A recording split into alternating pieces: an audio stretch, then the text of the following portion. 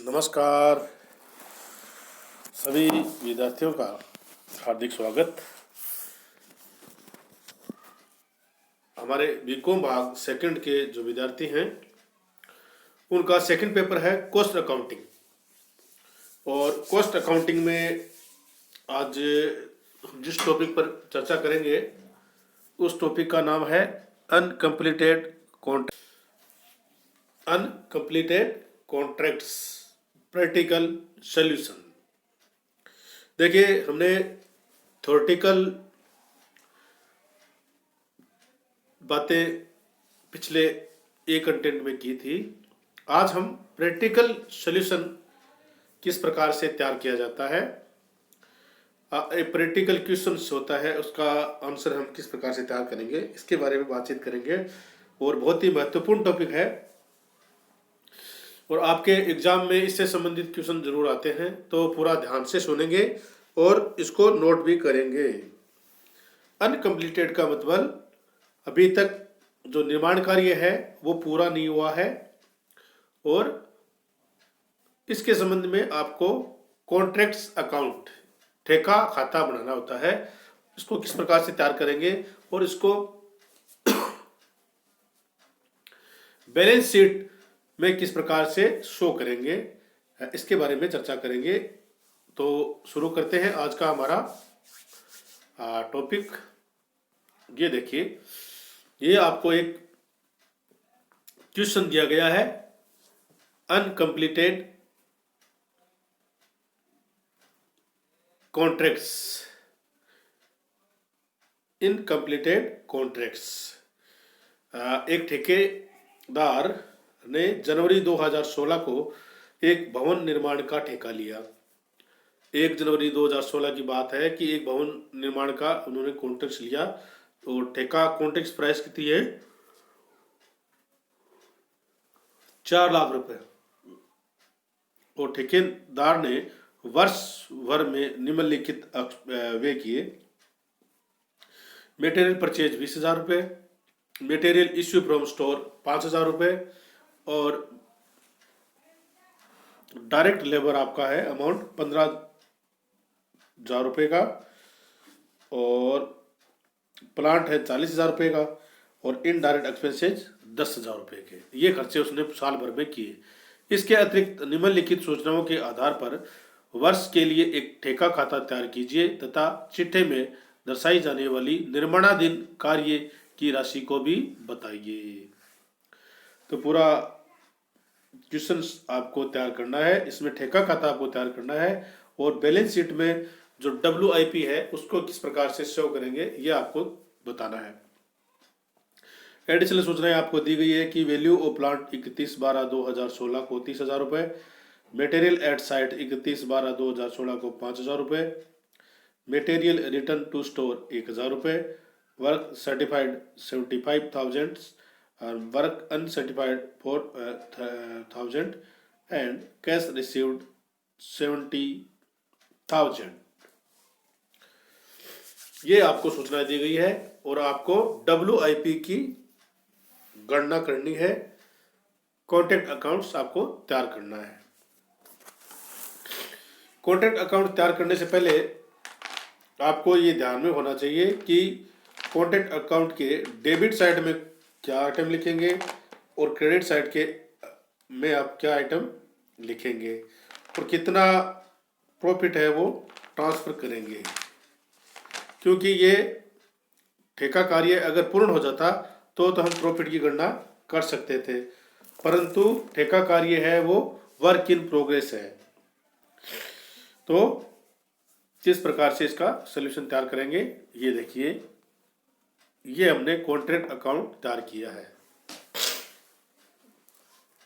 1 by 1 इसको तैयार करते हैं। देखिए, कॉन्ट्रैक्ट अकाउंट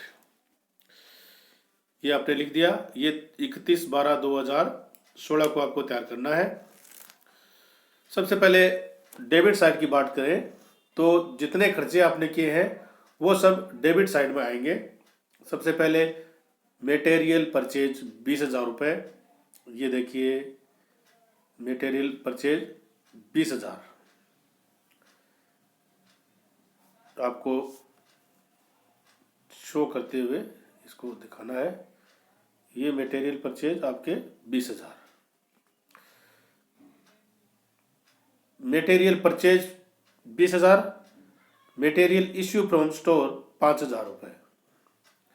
स्टोर ने कितने इश्यू किए हैं? ये मटेरियल फ्रॉम स्टोर 5,000 रुपये। और डायरेक्ट लेबर आपके 15,000 रुपये। तो हमने ये डेबिट साइड में टू डायरेक्ट लेबर 15,000 लिख दिए। और प्लांट आपका है 40,000 रुपये का और इनडायरेक्ट एक्सपेंसेस 10,000। तो ये हमने टू प्लांट लिख दिया है 40,000 रुपये का और टू डायरेक्ट इनडायरेक्ट एक्सपेंसेस 10,000। ये बात हो गई आपकी डेबिट साइड की। अब आपको पता होना चाहिए कि क्रेडिट साइड में क्या लिखेंगे। तो क्रेडिट साइड में वर्ष के अंत में आपके पास क्या क्या बैलेंस है वो यहाँ पर शो करेंगे। एक तो है वैल्यू ऑफ प्लांट। प्लांट की वैल्यू पहले थी 40,000 और अब प्लांट की वैल्यू होगी आपकी 30,000 रुपये। इसका मीनिंग क्या हुआ कि 10,000 डेप्रिसिएशन चार्ज कर लिया है। तो आप क्रेडिट साइड में बाई प्लांट एट साइट 30,000 रुपये। प्लांट एट साइट कितना जाएगा? ये हो गया आपका 30,000 रुपये। और मटेरियल कितना है साइट पर, ये और देखिए, मटेरियल एट साइट 5,000 रुपये। Material by material at site 5,000 रुपये। और मटेरियल आपने रिटर्न कितना कर दिया वो और शो करना है। मटेरियल रिटर्न टू स्टोर 1,000 रुपये। कितना है? ये आपने 1,000 रुपये रिटर्न कर दिया। अब आपको ये पता करना है कि प्रमाणित कार्य कितना है और कितना मूल्य, ठेके का कितना प्रतिशत भाग है प्रमाणित कार्य है। यदि प्रमाणित कार्य का मूल्य ठेका मूल्य के 1/4 भाग से कम हो तो लाभ की गणना नहीं की जाती है। तो देखिए, बात करते हैं ठेका मूल्य की। तो ये आपको पहले दे रखा है ठेका मूल्य 4 लाख रुपए और वर्क सर्टिफाइड है 75,000, 75,000 रुपये है वर्क सर्टिफाइड और 4 लाख रुपए आपका ठेका मूल्य है। इसका मीनिंग क्या हुआ कि ये 1/4 भाग से कम है। तो क्या है कि यदि प्रमाणित कार्य का मूल्य ठेका मूल्य के 1/4 भाग से कम हो तो लाभ की गणना नहीं की जाती, क्योंकि इस स्तर तक कार्य की सही जानकारी नहीं हो पाती है। इस स्थिति में ठेके खाते के शेष को चालू कार्य खाते, जिसको वर्क इन प्रोग्रेस बोलते हैं, में स्थानांतरित कर दिया जाता है और ठेके खाते के क्रेडिट पक्ष में प्रमाणित और अप्रमाणित कार्य नहीं दिखाया जाता है। तो आप इसमें प्रमाणित और अप्रमाणित कुछ नहीं दिखाएंगे, इसको बैलेंसिंग फिगर द्वारा WIP में ट्रांसफर कर देंगे। तो WIP का आपका बैलेंस कितना आया? 54,000 रुपये। इसके साथ ये आपका कॉन्ट्रैक्ट अकाउंट तैयार हो गया है। ध्यान में क्या रखना है, आपको रूल्स की जानकारी होनी चाहिए।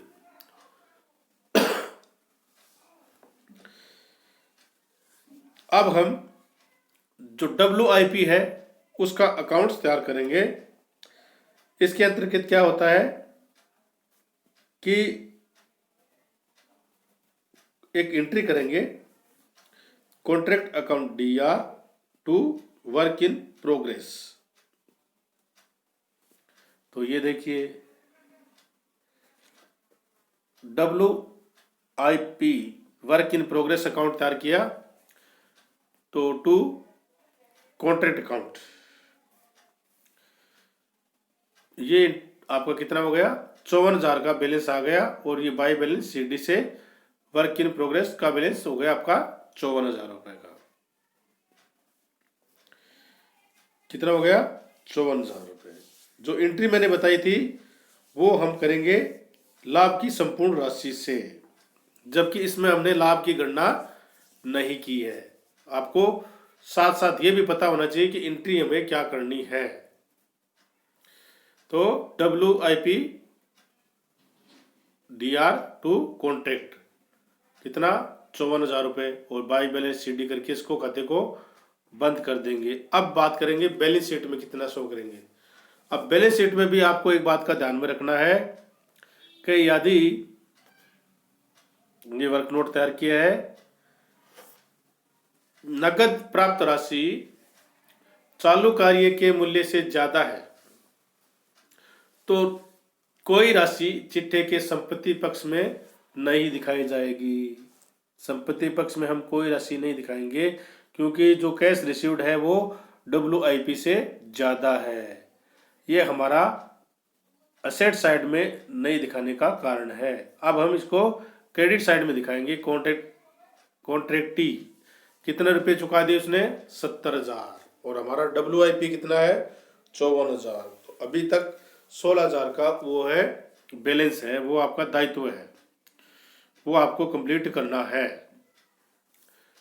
और इसके साथ साथ जो शर्त थी कि प्रमाणित कार्य का मूल्य ठेका कार्य के 1/4 भाग से कम है, अतः ठेके के शुद्ध लागत को ही चालू मूल्य माना जाएगा। ये पहले मैंने आपको बता दिया था। इस स्थिति में लाभ की गणना करना वांछनीय नहीं है। तो इस प्रकार से हम अपूर्ण खाते को, जो इनकम्प्लीटेड कॉन्ट्रैक्ट्स हैं, उनका सॉल्यूशन तैयार करते हैं। आप सभी विद्यार्थियों का बहुत बहुत धन्यवाद कि आप घर पर रह के ही अपना जो स्टडी का कार्य है वो करते रहें, क्योंकि कोरोना काल जो चल रहा है उसके कारण से आपको परेशानी का सामना करना पड़ रहा है। और तो जब तक ये रहेगा तब तक आप ऑनलाइन स्टडी पर ही ज़्यादा फोकस करें तो आपका भविष्य वो बेहतर होगा। धन्यवाद।